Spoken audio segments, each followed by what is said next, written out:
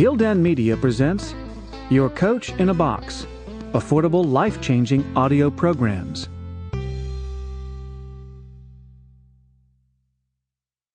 Intrepid Aviators, the true story of U.S.S. Intrepid's Torpedo Squadron 18 and its epic clash with the super-battleship Musashi, by Gregory G. Fletcher, narrated by Don Hagen.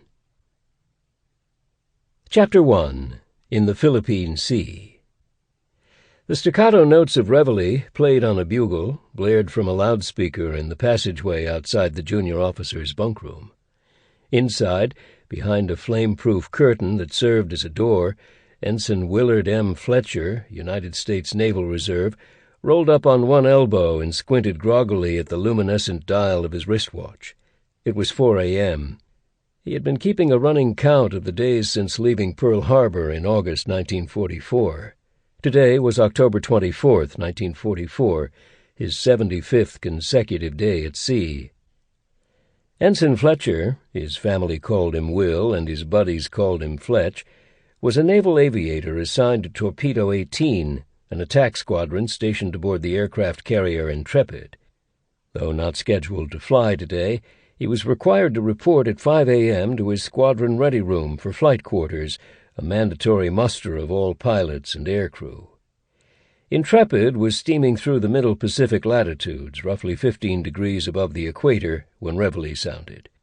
The junior officer's bunkroom, a shipboard dormitory known as Boys Town, was warm from the tropical heat, the heavy air with humidity, and the musky odor of many men sleeping in close quarters. An electric fan bolted to the bulkhead droned back and forth in desultory time, but did little to cool the room. Will had drifted off to sleep listening to the purr of the fan, but he had slept only fitfully. He could not get comfortable in the heat.